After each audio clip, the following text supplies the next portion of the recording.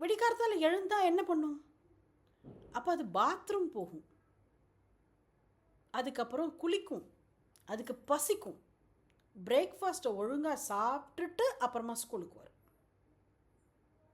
இல்லைன்னா இப்போல்லாம் என்ன பண்ணுறா சில பேர் 7 மணிக்கு எழுந்திருக்க வேண்டியது, அறக்கப்பறக்க 7:30க்குள்ளே ஸ்கூலுக்கு ஓட வேண்டியது.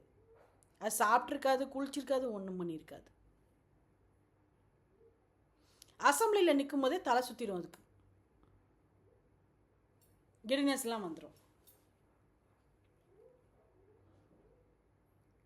இப்போது எத்தனையோ தடவை நம்ம சொல்கிறோம். இன்றைக்கி கூட நான் அசம்பிளியில் சொன்னேன், மார்கழி மாதம் ஸ்டார்ட் ஆகிடுத்து, 4-4:30க்கெல்லாம் எழுந்துருங்கோடா குழந்தைகளா அப்படின்னு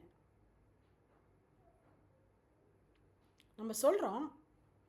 அது எத்தனை குழந்தைகள் ஃபாலோ பண்ணுறதுன்னு தெரியலையே.